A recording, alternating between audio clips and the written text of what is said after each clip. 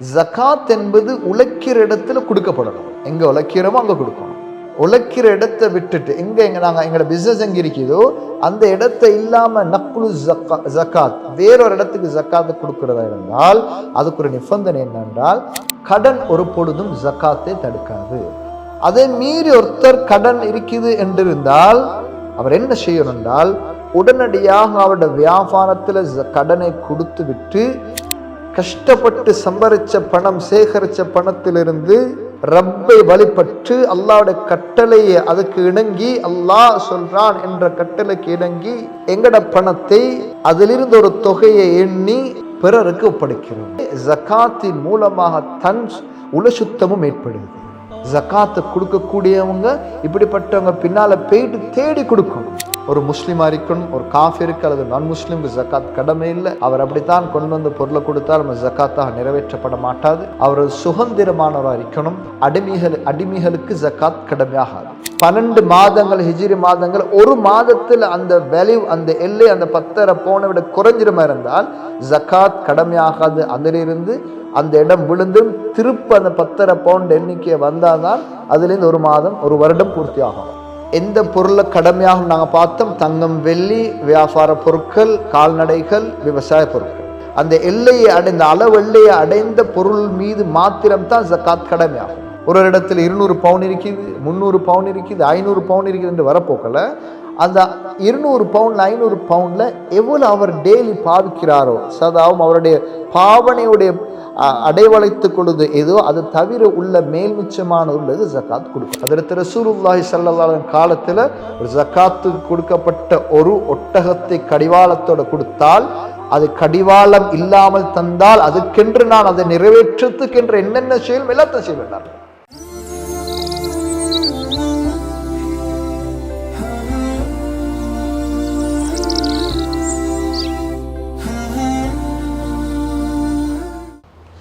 بسم الله الرحمن الرحيم الحمد لله رب العالمين وأصلي وأسلم وأبارك على محمد بن عبد الله وعلى آله وأصحابه وأتباعه إلى يوم القيامة أما بعد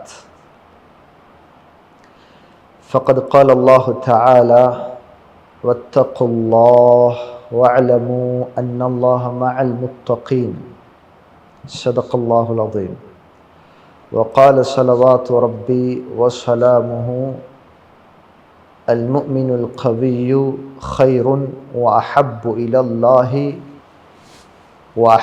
إلى الله من المؤمن الضعيف وفي كل خير صدق رسول الله صلى الله عليه وسلم. قال أبو ذر الغفاري رضي الله تعالى عنه لقد تركنا رسول الله صلى الله عليه وسلم ما يحرك طائر جناحه إلا ذكرنا منه علما صدق أصحاب رسول الله صلى الله عليه وسلم صدق أصحاب رسول الله صلى الله عليه وسلم.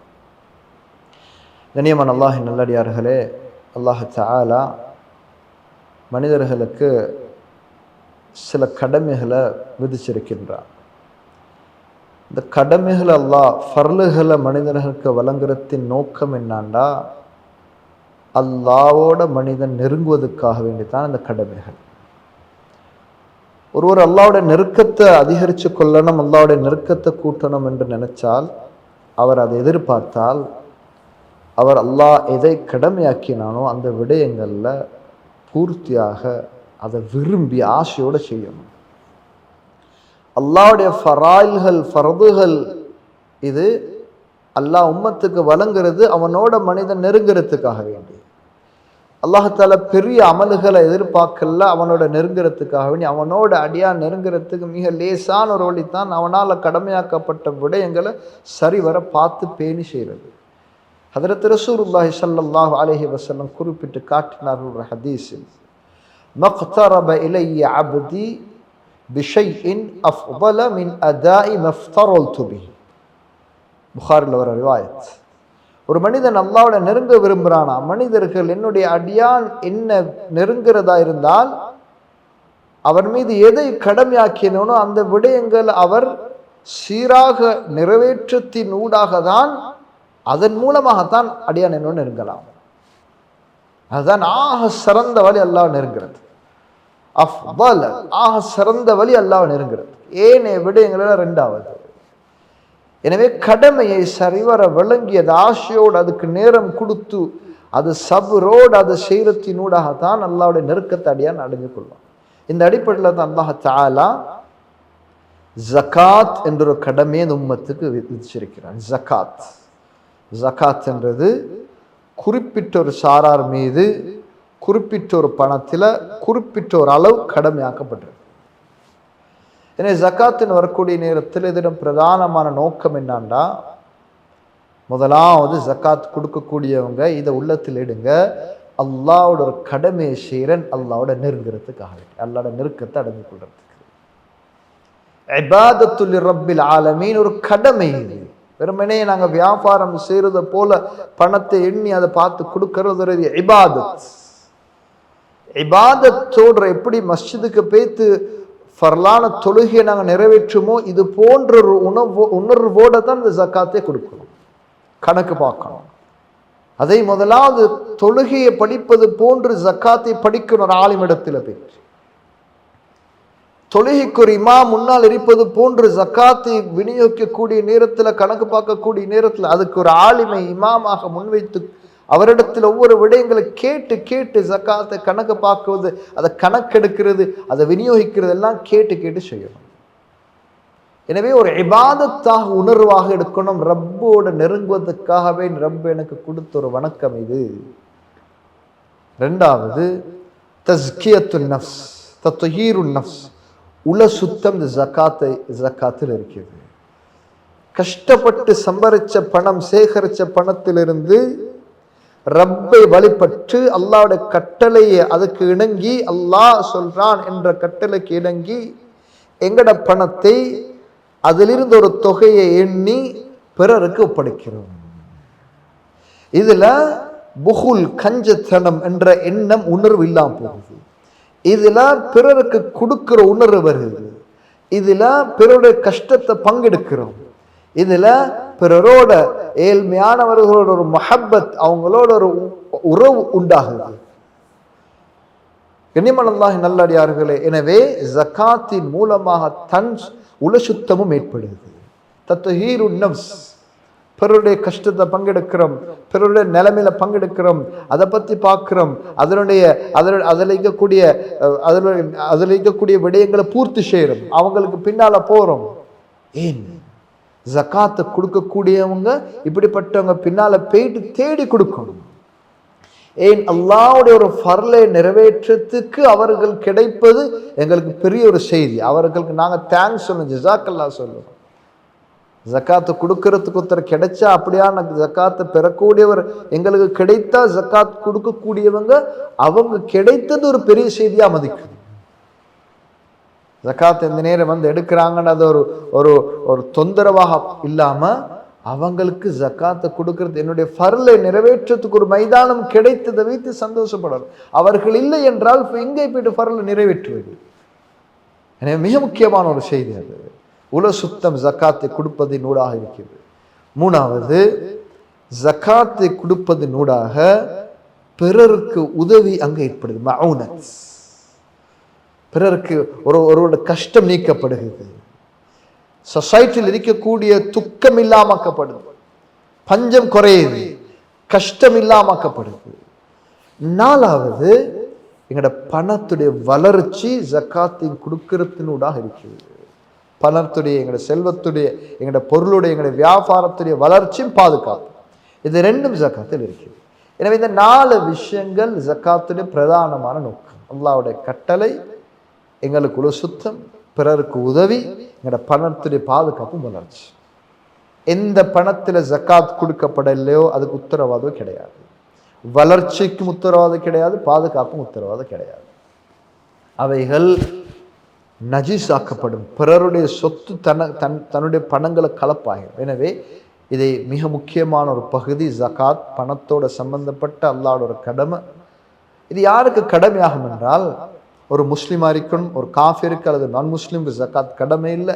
அவர் அப்படித்தான் கொண்டு வந்து பொருளை கொடுத்தால் நம்ம ஜக்காத்தாக நிறைவேற்றப்பட மாட்டாது. ரெண்டாவது ஹுர்ரு, அவர் சுதந்திரமானவராக இருக்கணும். அடிமைகளுக்கு ஜக்காத் கடமையாகாது. தன்னுடைய பணத்தை தனக்கு சுதந்திரமாக செலவழிக்கக்கூடிய, அதுக்கு அதை பகிரக்கூடிய, எடுக்கக்கூடிய, வாங்கக்கூடிய, விற்கக்கூடிய விடயத்தில் சுதந்திரம் இருக்கணும். இந்த பணத்தில் இருக்க சுதந்திரம் இருக்கணும். அவர் ஒரு சுதந்திரமானவராக இருக்கணும். அடிமையாக வேறொருவருக்கு அடிமையாக இருக்கிறார். மூணாவது தம்லீக், அந்த பணத்துக்கு உரிமையாளர் இருக்கணும். வேறொருவருடைய பணத்துக்கு, அசட்டுக்கு, பொருளுக்கு இவருக்கு ஜக்காத் கொடுக்கலாம். ஒரே ஒரு கட்டம் மாத்திரம் சிறுவராய்க்கிறாரு, சின்ன பிள்ளை ஆயிக்குது, அவருடைய செல்வத்தில் அசட்டில் ஜக்காத் கடமையாகுது. அந்த நேரத்தில் பொறுப்பானவர் அதை கணக்கு பார்த்து கொடுக்க வேண்டியவர். அந்த சின்ன பிள்ளைக்கு ஜக்காத்தை கணக்கு பார்க்க தெரியாது, அதனால கணக்கு பார்த்து கொடுக்கணும். எனவே ஜக்காத்தை கொடுக்கக்கூடியவர் அதுக்கு உரிமையாளன் அறிக்கணும். உரிமை இல்லாத ஒரு பொருளுக்கு ஜக்காத் கடமையாகாது. எந்தெந்த பொருள்களுக்கு ஜக்காத் கடமையாகும் என்றால், தங்கம், வெள்ளி, வியாபார பொருட்கள், திஜாரா, அதுபோன்று ஆடு மாடு, அதாவது கால்நடைகள், இன்னும் விவசாய பொருட்கள். இந்த 5 விஷயத்தில் ஜக்காத் கடமையாகும். அதில் ஆடு மாடு கால்நடைகளில் அது எண்ணிக்கை குறிப்பிடப்பட்டிருக்குது. அதை சம்பந்தப்பட்டவங்க அது சம்பந்தமான எண்ணிக்கை தெரிஞ்சுக்கொள்ளும். இத்தனை ஆடு இருந்து எத்தனை கொடுக்கணும், நான் அவைகள் இந்த இடத்தில் முன்வைக்க போனால் என்னுடைய இந்த பேச்சு நீளமாகும். விவசாய பொருட்கள் அறுவடையுடைய நேரத்தில் கொடுக்கப்படணும். அதனுடைய விவரங்கள் அது சம்பந்தப்பட்டவர்கள் அது சம்பந்தப்பட்ட ஊரில் தெளிவாக அதை விசாரிச்சுக்கணும். இன்னைக்கு நாங்கள் மிக விசேஷமாக பார்க்க போகிறது இந்த தங்கம், வெள்ளி, வியாபார பொருட்கள். ஏனென்றால் நிறைய பேருக்கு அதில் தான் கேள்விகளும் சந்தேகங்களும் கூடுதலாக இருந்து வருகிறது. ஜக்காத் அதுக்கு ஒரு எந்த பொருளை கடமையாகும் நாங்கள் பார்த்தோம். தங்கம், வெள்ளி, வியாபார பொருட்கள், கால்நடைகள், விவசாய பொருட்கள். இவைகள் இருந்தாலும் இவைகள் ஒரு எண்ணிக்கை, ஒரு அளவை எத்தினால் மாத்திரம்தான் இவைகளுக்கு ஜக்காத்தை கொடுக்கலாம். அந்த அளவை வராத வரல ஜக்காத் கடமையாகாது. அந்த அளவு அடைந்த, அந்த எல்லையை அடைந்த, அளவு எல்லையை அடைந்த பொருள் மீது மாத்திரம்தான் ஜக்காத் கடமையாகும். அளவு எல்லை அடைந்திருக்கணும், ஒரு எண்ணிக்கை இருக்கு, அந்த எண்ணிக்கை வரணும். 10.5 பவுண்ட் வேல்யூவாக இருக்கணும். அதாவது கோல்டில் 85 கிராம் வேல்யூவாக இருந்தால்தான் அந்த பொருளையும் தான் ஜக்காத் கடமை ஆகும். வியாபார பொருட்கள் அந்த எண்ணிக்கை அடைஞ்சிருக்கணும். அதுவும் ஒரு வருடம் ஹிஜ்ரி மாதம் கணக்கும் படிக்க ஒரு வருடம் பூர்த்தியாக இருக்கணும். ஒரு வருடம் பூர்த்தியாகல என்றால் ஜக்காத் கடமையாகாது. அந்த அளவு 85 கிராம், 85 கோல்டு, 85 கிராம், 10.5 பவுண்ட்ஸ் ஜுவல்லரியோட வேல்யூவுக்கு, கோல்டோட வேல்யூவுக்கு 1 இயர், ஒரு வருஷம் அது பூர்த்தியாக இருந்தால் மாத்திரம்தான் அதிலிருந்து ஜக்காத் கடமையாகும். 12 மாதங்கள் ஹிஜ்ரி மாதங்கள், ஒரு மாதத்தில் அந்த வேல்யூ, அந்த எல்லை, அந்த 10.5 பவுனை விட குறைஞ்சிரமா இருந்தால் ஜக்காத் கடமையாகாது. அதிலிருந்து அந்த இடம் விழுந்து திருப்ப அந்த 10.5 பவுண்ட் எண்ணிக்கையை வந்தால்தான் அதிலிருந்து ஒரு மாதம், ஒரு வருடம் பூர்த்தி ஆகும். ஒரு வருடம் 10.5 பவுண்ட் வேல்யூவுக்கு இருந்தால் மாத்திரம் தான் கொடுக்கலாம். எனவே எண்ணிக்கை யாருக்கு கடமையாகும், எந்த பொருளை கடமையாகும், அந்த பொருள் எந்த அளவு அடைஞ்சிருக்கணும், எவ்வளவு காலம் அடைஞ்சிருக்கணும். ஒரு வருடம் ஹிஜ்ருடைய காலம் 10.5 பவுண்ட் வேல்யூ தான் இருக்கணும்.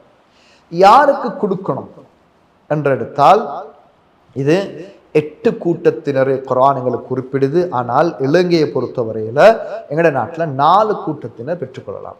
அதுல ஃபகீர், மிஸ்கீன், காமிரீன், கடனாளிகள், முஅல்லஃபத்துல் குலூப், புதிதாக இஸ்லாத்தில் வந்தவர்கள், புதிதாக இஸ்லாத்தை ஏற்றுக்கொண்டவர்கள். இந்த 4 கூட்டத்தினருக்கு கடமையான ஜக்காத் கொடுக்கப்படணும். அவர்களுக்குரிய ஹக்கு தான் இந்த ஜக்காத் என்ற பணம். இது அவங்களோட ஹக்கு, எங்களோட ஹக்கு இல்லை. எனவே அவங்களுக்கு கொடுத்தாகணும். நாங்கள் ஃபகீர்னு செல்றது அடிமட்டமாக வறுமை கோட்டில் அடிமட்டத்தில் இருக்கக்கூடியவர்கள். இவர்கள் அன்றாட தேவையை கூட பூர்த்தி செஞ்சு கொள்ளக்கூடிய நிலைமை அவர்களுக்கு இல்லாதவர்கள்.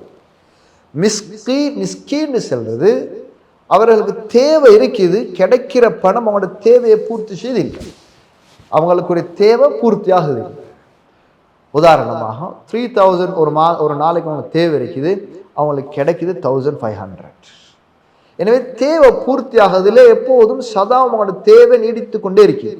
இப்படிப்பட்டவர்களுக்கு தான் பேர் மிஸ்கீன். 3வது கடனாளிகள். கடனாளிகள் அது உங்களுக்கு தெரியும், அவங்களோட வியாபாரத்துக்கு கொடுக்கல் வாங்கலுக்கு அல்லது அவங்களோட குடும்ப விஷயங்களுக்கு ஏதோ ஒன்று கடன் வீடு கட்டுறதுக்கு குமர விஷயங்களுக்காக வேண்டி அவங்களோட குடும்பத்துடைய தேவைகளை கடன் எடுத்திருப்பார், கடனாளியாக இருப்பார். அப்படிப்பட்ட கடனாளி அந்த கடனாளிகளுக்கும் எங்களுடைய ஜக்காத்தில் பங்கு உள்ளது. நாலாவது புதிதாக இஸ்லாத்துக்கு வந்தவர்கள் அவர்களுக்கும் எங்களுடைய ஜக்காத்திலிருந்து ஒரு போர்ஷனை கொடுக்கணும். இந்த 4 கூட்டத்துக்கும் எங்களுடைய ஜக்காத்தை பங்கிட்டு கொடுக்கணும். அது ஈக்குவலாக கொடுக்கணும், எந்த கடமையும் இல்லை. 4 பேருக்கும் ஈக்குவலாக 100,000 கொடுக்கணுமா? 4 லட்சம் ஜக்காத் வந்திருக்குது, இந்த 4 லட்சத்தையும் 4 கூட்டத்துக்கும் 1 லட்சம் கொடுக்கணுமா என்றது கிடையாது. ஒருவருக்கு ஒரு கூட்டத்துக்கு நீங்கள் 3 லட்சம் கொடுக்கலாம், 2 லட்சம் கொடுக்கலாம், மற்றவங்களுக்கு மீதமானதை பங்கிட்டு கொடுக்கலாம். தேவையை கருது தேவையை பார்த்து கொடுக்கணும். அதுல இந்த 4 கூட்டத்திலையும் ஒரு கூட்டத்தில் 3 பேருக்கு கொடுக்கணும். பல மக்களோட வழிகாட்டல் அடிப்படையில் மிஸ் ஃபக்கீர்னா 3 ஃபக்கீர்களுக்கு கொடுக்கணும், மிஸ்கின்னா 3 மிஸ்கின்களுக்கு கொடுக்கணும், கடனாளிகள்னா 3 கடனாளியை தேடி கொடுக்கிறது. அதுபோன்று முஅல்லஃபத்துல் குலூப் என்றால் புதிதாக இஸ்லாத்து வந்தவன்னா 3 பேரை பார்த்து குறைஞ்சபட்சம் 3 பேரை பார்த்தாவது கொடுக்கணும், 3 பேருக்காவது கொடுக்கணும். அதிலும் அந்த 3 பேருக்கும் ஈக்குவலாக கொடுக்கணுன்றது அவசியம் இல்லை. அது ஒருவருக்கு கூட ஒருவரை குறைய தேவைக்கேற்ற மாதிரி கொடுக்கலாம், விநியோகிக்கலாம். எனவே ஜக்காத்தை விநியோகிக்கப்பட வேண்டிய வரம் பார்த்துட்டோம். இப்போ நாங்கள் வருவோம். முதல்ல கோல்டுடைய தங்கம், ஒருத்தர் தங்கத்துடைய ஜக்காத் என்று வந்தால் தங்கம் அது 10.5 பவுண்ட் வேல்யூவா இருக்கணும். 85 கிராம் இருந்தால் அதிலிருந்து 2.5 வீதம் ஜக்காத் கொடுக்கணும். அன்றைய நாளுடைய வேல்யூவை பார்த்து அதிலிருந்து கணக்கு பார்த்து பணத்தை கொடுக்கணும். பாவனைக்குரிய பொருள் என்றெடுத்தால் அது ஜுவல்லரியா இருக்கலாம், அது வெஹிக்கல்ஸா இருக்கலாம், அது வீடுகள் இருக்கலாம். பாவனைக்கென்று இருக்கக்கூடிய பொருள்களுக்கு ஜக்காத் கிடையாது. ஆனால் விக்கிற என்ற பர்பஸ் வந்துடுமா இருந்தால், நீங்க பெரிய லேண்ட் வாங்கி போட்டிக்கிறீங்க, இன்னும் விக்கிற பர்பஸ் இல்லை, நோக்கம் இல்லை என்றால் அதுக்கு ஜக்காத் கடமையாகாது. எப்ப விற்கிறான்னு சொல்லி நோக்கம் வருதோ அதுலேருந்து 1 வருஷ காலத்துக்கு பூர்த்தி ஆகினால் நீங்க ஜக்காத்தை கொடுக்கணும். அதுபோன்றுதான் பாவிக்கிற ஜுவல்லரி, ஒருத்தர் பாவிக்கிறாங்க ஜுவல்லரி, பாவனை பொருள்களுக்கு ஜக்காத் இல்லை என்பது.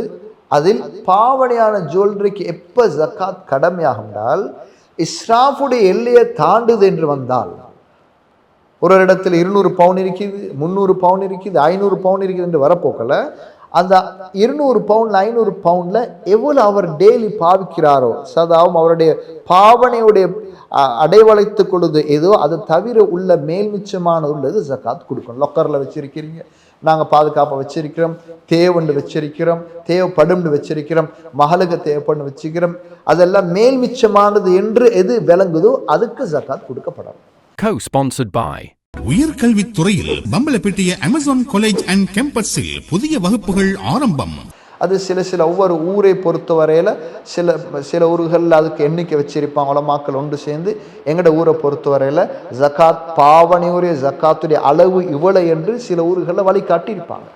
அப்படிப்பட்ட எல்லை தவிர உள்ளவைகளுக்கு அந்த ஊர்கள் உலமாக்கள் அணுகி அதோடைய எல்லை எவ்வளவு எங்களோட நாட்டை பொறுத்தவரையில் எங்களோட ஊரை பொறுத்தவரையில்னு சொல்லி ஒரு எல்லையே ஒரு எண்ணிக்கை உலமாக்கள் வழிகாட்டினால் அதுக்கு வழிபட்டு அதுக்கு மேல் அதிகமானது ஜக்காத்தை கொடுக்கணும். சில ஊர்களில் 50 பவுனுக்கு மேலே இருந்தால் அதுக்கு ஜக்காத் கொடுக்கணும் என்று உலமாக்கள் ஏகப்பித்த முடிவெடுத்திருந்தால் அதுக்கு அது மேல் மிச்சமானதுக்கு ஜக்காத் கொடுக்க வேண்டியது நிலைமை வரும். எனவே பாவனை பொருளுக்கு ஜக்காத் கிடையாது, அது மேல் மிச்சமாக இருந்தால் கொடுக்க வேண்டிய நிலைமை வரும்.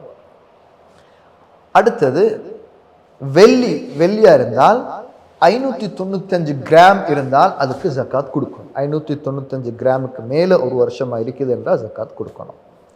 வியாபார பொருட்கள் பிஸ்னஸ் பண்ணக்கூடிய ஒருத்தருடைய ஜக்காத் இது 4 விஷயத்தோட சம்பந்தப்படும். ஒன்று ஸ்டாக் இன் ஹேண்ட், அவரோட இப்போதைக்கு இருக்கக்கூடிய ஸ்டாக், அது வேர்ஹவுஸ்ல இருக்கலாம், அது கடையில் இருக்கலாம், அது கண்டெய்னர் இருக்கலாம், அது அங்கே ஆர்டர் பண்ணி ஷிப்பில் வந்து கொண்டிருக்கலாம். எதுவாக இருந்தாலும் சரி, ஸ்டாக் இன் ஹேண்ட் அவரோட ஸ்டாக்குக்கு எதெல்லாம் உள்ளடங்குமோ, அவருக்கு சில பொருட்களை அவர் ஒவ்வொரு இடத்துல கொடுத்து வச்சிருப்பாரு. எதுவாக இருந்தாலும் அவர்கிட்ட சொல்லக்கூடிய ஸ்டாக்குக்கு வரக்கூடியது அந்த ஸ்டாக் இன் ஹேண்ட் ஆகிடும், அதுதான் அவரோட ஸ்டாக். 2வது இருப்பில் இருக்கக்கூடிய பணம், அக்கௌண்ட்ஸில் பேங்க்ல அவரோட கையில் லாக்கரில் சில பணம் வச்சிருப்பாரு. இவைகளும் ஜக்காத்துக்குள் அடங்கும். இருப்பில் இருக்கக்கூடிய பணங்கள். மூணாவது, அவருக்கு வர இருக்கிற காசு, கடனாக வர இருக்கக்கூடிய காசுக்கு அவர் அதையும் ஜக்காத்துல இன்வால்வ் பண்ணிக்கொள்ளணும். அதை ஜக்காத்துக்கு எண்ணிக்கைக்கு எடுத்துக்கொள்ளணும். நாலாவது, விற்கிறதுக்காக வேண்டி வாங்கின வெஹிக்கல்ஸ், லேண்ட்ஸ் இவைகளும் இதோட வந்துடும். விற்பனைக்காக வேண்டி வாங்கிக்கிறார். இவருக்கு அதிகமாக காசு வரக்கூடிய நேரத்தில் ஒரு 4 வெஹிக்கிளை வாங்கி போடுறாரு, ஒரு ஏக்கர் காணியை வாங்கி போடுறாரு. நிலைமை வந்தால் அதை விற்கிற பர்பஸுக்கு செய்யக்கூடியது. டாலர்ஸ் வாங்கி வச்சிருந்தால் இவைகள் எல்லாம் விற்கிற பர்பஸுக்கு வரக்கூடிய எல்லா அசட்டும் வரும். இந்த 4 விஷயத்த எல்லாத்தையும் கணக்கு பார்த்து வியாபார ஸ்டாக் இன் ஹேண்ட் கணக்கு பார்க்கக்கூடிய நேரத்தில் அதை வாங்குற விலைக்கு தான் கணக்கு பார்க்கணும். விற்கிற விலைக்கு கணக்கு பார்க்க இயலாது. அவர் 1000 rupeesக்கு வாங்கியிருப்பாரு, 1200க்கு விற்கிறதா இருந்தால் 1000 rupees தான் அவர் என்ன செய்வார், கணக்குக்கு எடுப்பார். எனவே அதை கால்குலேஷன் எடுத்து அதை வச்சு கொடுப்பார். லேண்ட்ஸ் சில பொழுது வாங்கியிருப்பார் ரொம்ப கம்மியாக பல வருஷங்களுக்கு முன்னால, இப்போ விற்கிற பர்பஸ் வருது, அப்போ மார்க்கெட்டில் உள்ள விலையை ஈக்குவல் பார்த்து தான் அதுக்கு கணக்கு எடுப்பார். எனவே இவைகள் எல்லாத்தையும் கால்குலேஷன் பண்ணி அதில் 2.5% அவர் என்ன செய்வார், ஜக்காத்தை கொடுப்பார். 2.5% ஜக்காத்தை நான் நேரத்தோட சொன்ன அந்த குறிப்பிட்ட ஆட்களுக்கு தேடி அவர்களை கண்டு இனம் கண்டு கண்ணியமான முறையில் அவர்களுக்கு அதை ஒப்படைக்கணும். இப்போ கொடுக்க வேண்டிய கடனுக்கு ஜக்காத் கொடுக்கணுமா என்று எடுத்தால், எனக்கு கடன் இருக்குது, அது போல ஜக்காத்துக்கு நான் கடமையா இருக்கிறேன். முதலாவது விளங்கி கொள்ளணும், கடன் ஒரு பொழுதும் ஜக்காத்தை தடுக்காது. ஹதரத் உஸ்மான் ரலியல்லாஹு தஆலா அன்ஹு அவர்கள் ரமலானுக்கு முன்பதாக மக்களுக்கு ஹுத்பா உபதேசம் செய்வார்கள். ஜக்காத்துடைய மாதம் முன்னோக்கிறது, அதனால உங்களோட கடன்கள் இருந்த எல்லாம் கொடுத்து கொள்ளுங்க, ஜக்காத்துக்கு தயாராகுங்க. அதை மீறி ஒருத்தர் கடன் இருக்குது என்றிருந்தால் அவர் என்ன செய்யணும் என்றால், உடனடியாக அவருடைய வியாபாரத்தில் கடனை கொடுத்து விட்டு கடனை வெளியாக்கி உடையவருக்கு அதை ஒப்படைத்துட்டு, பணம் உடையவருக்கு கொடுக்க தேவையான ஒப்படைத்துட்டு மீதமான பணத்துக்கு இவர் ஜக்காத்தை கணக்கு பார்த்து கொடுக்கணும். எனவே ஒரு பொழுதும் கடன் ஜக்காத்தை தடுக்காது. வர வேண்டிய கடன்ல 2 விஷயம் வர இருக்குது என்ற கடன். ஒன்று, சில கடன்கள் அது வருமா இல்லையான்றது உத்தரவாதம் இல்லை, பல வருடக்கணக்காகுது, அது சேராதது, அவர் தரமாட்டார் என்ற நிலப்பாடு இருந்தால் அவைகள் இந்த ஜக்காத்தோடு கால்குலேஷனுக்கு எடுக்க முடியாது. எது உறுதியாக வர இருக்கிற கடனை மாத்திரம் எடுக்கணும். வராது என்று நினைக்கக்கூடிய கடன்கள் எப்போ வருகிறதோ அந்த நேரத்துக்கு ஜக்காத்து கால்குலேஷன் பண்ணி கொடுக்கணும். ஏன்னா இவைகள் தான் வியாபாரத்துக்குரிய ஜக்காத்தாக கணக்கெடுக்கப்படும். ஒரு வருஷம் இவைகள் எல்லாம் பூர்த்தியா இருக்கணும், ஒரு வருட காலம் பூர்த்தியா இருக்கணும், 10.5 பவுனுக்கு மேலே இருக்கணும் என்பதெல்லாம் இந்த நிபந்தனைக்குள்ள வரும். ஒருவர் ஒரு கம்பெனியில ஒர்க் பண்றார், இவருக்கு சேலரிஸ் வருகிறது. ஒவ்வொரு மாசமும் இவருக்கு 2 மில்லியன் 3 மில்லியன் சேலரி வந்து கொண்டு இருக்குது. சேலரிஸ்ல எப்ப ஜக்காத் கடமையாகும்னா, அது நான் சொன்ன அந்த எண்ணிக்கை 10.5 பவுனுக்கு மேலாக சேலரி இருக்கணும். அந்த 10.5 பவுண்டு சொல்ற அந்த சேலரி ஒரு வருஷமாக அவருக்கு செலவுக்கு அதிலிருந்து அவர் எடுக்காமல் அது அவருடைய அக்கௌண்ட்லயோ அவருடைய இருப்புல அதை வைத்து வந்திருந்தால் அந்த பணத்திலிருந்து தான் ஜக்காத் கடமையாகும். எனவே அவருக்கு சேலரி வருது, 5 மில்லியன் வருது மாசம் சேலரி, ஆனா அவருக்கு செலவு இருக்குது, அதிலிருந்து எடுக்க போக்கல் அவர் எடுத்து வரப்போல் ஒரு மாசம் காசு குறையுது கூடுது, அது நிலப்பாடா இல்லை, ஒரு வருஷத்துக்குள்ளால கூடுது குறையுது, அந்த ஜக்காத்துடைய அந்த எண்ணிக்கை நிசாபை விட கூடுது குறையுதா இருந்தால் அது ஜக்காத் கடமையாகாது. பரிபூர்ணமாக ஒரு வருட காலம் ஹிஜ்ரி மாதத்தின் அடிப்படை ஒரு வருட காலம் 10.5 பவுண்ட் வேல்யூவுக்கு ஜக்காத் இருந்தால்தான் ஜக்காத் கொடுக்கணும். அப்பதான் அவருக்கு ஜக்காத் கடமையாகும். இன்னொரு கேள்வியா எழுப்போம், ஒருத்தருக்கு நாங்க காசு கொடுக்கிறது அல்ல, அவர் எங்களுக்கு பணம் தர, ஒருவர் எங்களுக்கு கடன், எனவே எங்கட ஜக்காத்துல கடனாளியுடைய பகுதியும் இருக்குது, அந்த நபர் காசு கடன் தரம் இருக்குது என்றதுனால எங்கட ஜக்காத்துல அந்த கடனை கழிக்க முடியாது. அவரிடத்துல போயிட்டு சொல்லி விடுதான், நீங்க எனக்கு காசு தர இருக்குது, என் ஜக்காத்துல கடனாளோட பகுதி இருக்குது, அதை நான் உங்களோட கடனை இல்லாமக்கி கொள்றேன், என்னோட வச்சுக்கொள்றேன் என்று பேசுகிறார். முடிந்தவாறு இந்த ஜக்காத்துடைய பணத்தை எங்கள்கிட்ட இருந்து வெளியாக்க பார்க்கணும், பிறருக்கு கொடுத்துடணும். அது திருப்ப எங்கள்கிட்ட வந்து சேர்றதை எதிர்பார்க்க கூடாது. அது முடிந்தவாறு கொடுத்துடணும். அவர் கடனாளி என்ற பட்டியலில் வருவாரு, எங்களோட கடன் என்ற ஜக்காத்துடைய பகுதி அவருக்கு ஒப்படைக்கலாம், திரும்பி தந்தால் கபூல் செய்யலாம், தராட்டி கேட்கலாம். என்றால் அவருடைய பணம், அதை விட ஒரு பெரிய தேவை அவருக்கு இருக்கலாம். அதனால அந்த பணத்தை அந்த கடன் ஒரு பொழுதும் ஜக்காத்துல கழிக்க முடியாது. கடன் ஜக்காத்தை தடுக்காது. பிறர் எங்களுக்கு தர வேண்டிய கடன் ஜக்காத்தை கழிக்க முடியாது. இன்னும் ஜக்காத்துடைய அப்படி நாங்க சட்டங்களை அலசி ஆறும் பொழுது எங்களுக்கு இப்படி ஒரு சட்டம் எடுக்கலாம். அதாவது ஜக்காத் சம்பந்தப்பட்ட சில மசாயில்கள் என்று எடுக்க பொழுது, ஜக்காத் பணத்தை ஒரு கட்டிட வேலைக்கு கொடுக்கலுமா என்றால் ஏறாது, முடியாது. மதரசாவா இருந்தாலும் சரி, மஸ்ஜிதா இருந்தாலும் சரி, கட்டிட வேலைகளுக்கு ஜக்காத்தை பயன்படுத்த இயலாது. ஜக்காத் இந்த 4 கூட்டத்தினர் அவர்களுக்கு ஜக்காத்தை ஒப்படைத்து அவர்கள் அவருடைய வீடு கட்டுற விடயம், அவர்களுடைய விடயங்களுக்கு அது பயன்படுத்தலாம். எங்களுக்கு மதரசாக்கு ஜக்காத் என்று கொடுக்க முடியாது. காரணம் என்னன்னா, மதரசாக்களுக்கு சதகாக்கள் கொடுக்கணும். இது சதகாவுடைய மாதம், ஜக்காத்துடைய மாதம் மாத்திரமல்ல. ரசூல் ஸல்லல்லாஹு அலைஹி வஸல்லம் கான அஜ்வதன் நாஸ், வீசும் காற்றை, வேகமாக வீசும் காற்றை போன்று நபி அவர்கள் சதகா கொடுப்பார்கள். அல்லாமா இப்னு ஹஜர் அஸ்கலானி ரஹ்மத்துல்லாஹ் ஃபத்ஹுல் பாரில இதுக்கு விளக்கம் சொல்றாங்க. ஏன் வீசும் காற்று என்றால், ரசூல் ஸல்லல்லாஹு அலைஹி வஸல்லம் ரமலான் வந்துட்டால் காற்றுன்னு சொல்லக்கூடியது எல்லாரும் அடைவழித்துக் கொள்ளும். இது போன்று நபியோட சதக்கா எல்லாருக்கும் போகும். கேட்டவர்கள் யார் யார் வாரவங்க எல்லாத்துக்கும் நபியம் கொடுப்பாங்க. எல்லாரும் அந்த காற்று எப்படி எல்லாரும் அடைவழித்துக் கொள்ளுமோ அது போன்று எல்லாரும் அடைவழித்துக் கொள்வார்கள் ஸல்லல்லாஹு அலைஹி வஸல்லம். எனவே ஜகாத்தை கொடுக்கும் பொழுது சதக்காவும் நாங்கள் கொடுக்கணும். இது சதக்காவோட மாதம். ஏன்னா மதரசாக்களுக்கு ஏன் கொடுக்க முடியாது என்றால், மதரசால சில தனவந்த ஜகாத் கொடுக்கக்கூடியவர்கள் பிள்ளைகள் மோதுவார்கள், ஜக்காத்து கடமையானவர்களும் இருப்பார்கள். எங்களோட ஜக்காத் எங்க கொடுத்தால் அது அது அது அங்குள்ள விடயங்களுக்கு ஜக்காத் சரிவர நிறைவேறாம போயிடுச்சு. மதரசாக்கள்ல இருக்கக்கூடிய மிஸ்கீனான பிள்ளைகளுக்கு என்று கொடுக்கலாம். மிஸ்கீனான பிள்ளைகளுக்கு எங்களோட ஜக்காத்து, கஷ்டமான பிள்ளைகள் ஃபீஸ் கட்டிக்கொள்ள இருப்பான், இவங்களுக்கு கொடுங்க என்று கொடுக்கலாம். எனவே ஜக்காத்னு சொல்லக்கூடியது இந்த 4 தரப்பினர்களா இருக்கணும். அப்படி இல்லாம கொடுக்க இயலாது. இன்னும் ஒரு கேள்வி, ஜக்காத்தை எப்ப தாமதிக்கலாம், எப்ப ஜக்காத்தை நாங்க கொஞ்சம் பிற்படுத்தி கொடுக்கல என்றிருந்தால் 2 கட்டங்கள்ல ஜக்காத்தை தாமதிக்கலாம். ஒன்று, ஜக்காத்தை பெறக்கூடியவர்கள் இல்லாம இருப்பது. ஜக்காத்தை கொடுக்கறதுக்கு மிஸ்கீன் இருக்கிறாங்க, ஃபக்கீர் இல்லைண்டா ஃபக்கீர் ஒருத்தர் கிடைக்கும் வரைக்கும் ஜக்காத்தை வச்சுக்கொள்ளலாம். கடனாளி கிடைக்கலாடி கடனாளி கிடைக்கும் வரைக்கும் ஜக்காத்தை வச்சுக்கொள்ளலாம். அல்லது இந்த 4 தரப்பினரும் இல்லை என்றிருந்தால் அவர்கள் இருக்கும் வரைக்கும் ஜக்காத் எங்கள்கிட்ட வச்சுக்கொள்ளலாம், அவர்கள் கிடைச்ச உடனே கொடுத்துருவோம். 2வது, எப்ப ஜக்காத்தை கொஞ்சம் பிற்படுத்தலும் என்றதை பத்தி பேசிக்கொண்டு இருக்கிறோம். 2வது, ஒருத்தர் இருக்கிறாரு, அவருக்கு ஜக்காத் அவரிடத்துல கொடுத்தால் அது அவருடைய தேவை அவரால் பூர்த்தி செஞ்சு கொள்ள தெரியாது. அவருக்கு ஒவ்வொரு மாசமும் அவருடைய தேவை இருக்குது, கையில காசை கொடுத்தா அவர் அது செலவழிக்க தெரியாது, அது சக்தி பெறாதவர். ஒரு சின்ன குழந்தை, செலவழிக்க தெரியாது, பாதுகாக்க தெரியாது, பணத்தை கொடுத்துட பாதுகாக்க தெரியாது.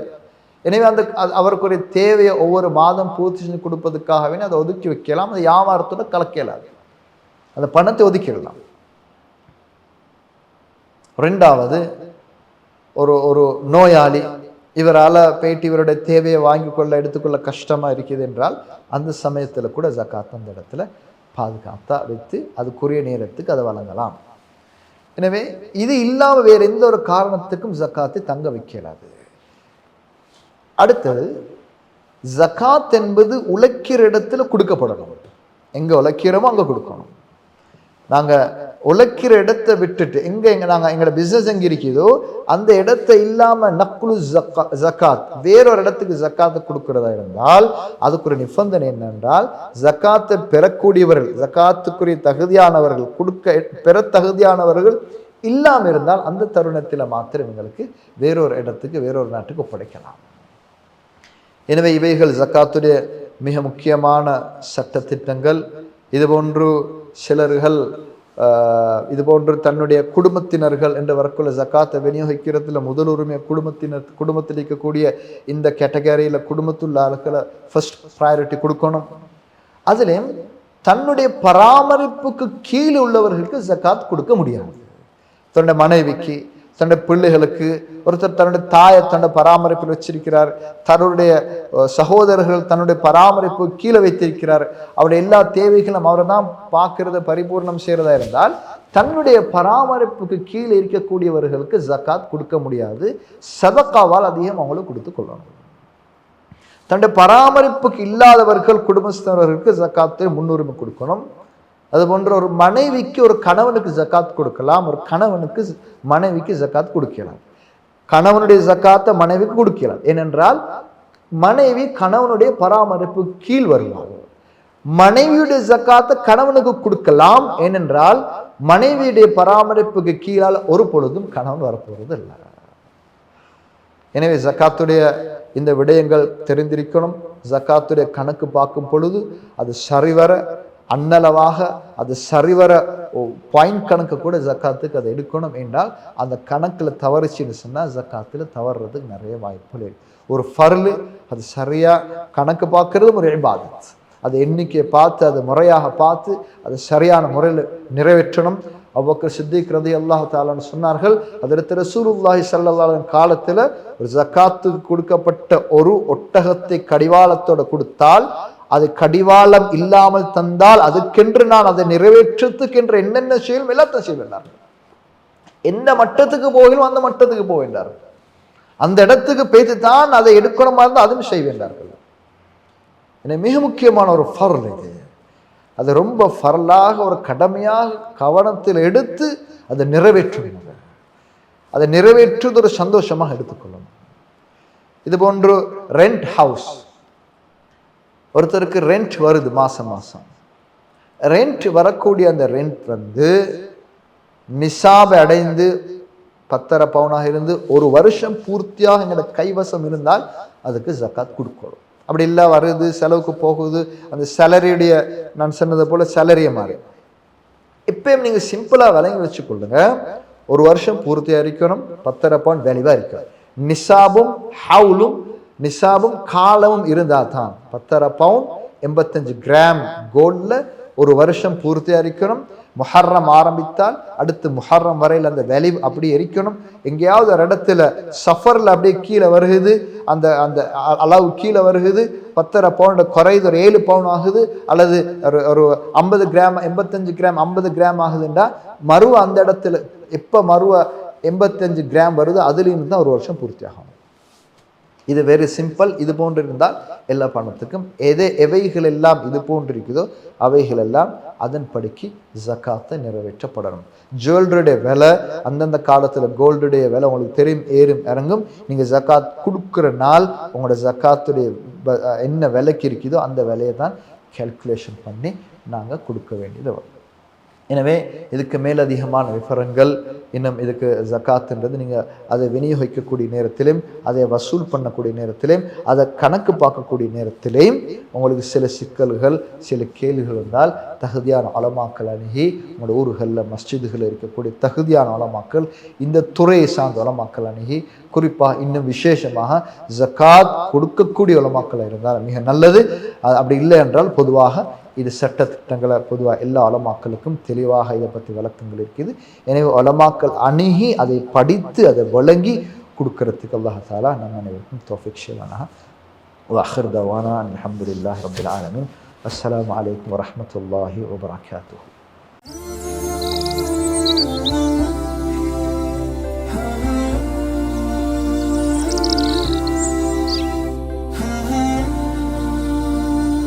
Co-sponsored by உயர்கல்வித் துறையில் பம்பலப்பிட்டிய அமேசான் காலேஜ் அண்ட் கேம்பஸில் புதிய வகுப்புகள் ஆரம்பம். முன்பள்ளி ஆசிரியர் பயிற்சி நெறி, உளவியலும் உளவளத் துணையும், கணனி, ஆங்கிலம் மற்றும் முகாமைத்துவ பாடநெறிகளுடன் HND, டிகிரி, மாஸ்டர்ஸ் வரையான பாடநெறிகள் இலங்கை பல்கலைக்கழக மானியங்கள் ஆணைக்குழுவினால் அங்கீகரிக்கப்பட்டு கல்வி அமைச்சின் கீழ் 3ஆம் நிலை தொழிற்கல்வி ஆணைக்குழுவினால் பதியப்பட்ட அமேசான் காலேஜ் அண்ட் கேம்பஸ். மேலதிக விவரங்களுக்கு 0765204604 www.amazoncollege.lk.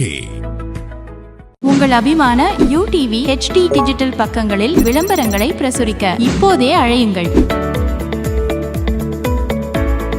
Advertise your commercials on UTV. Please contact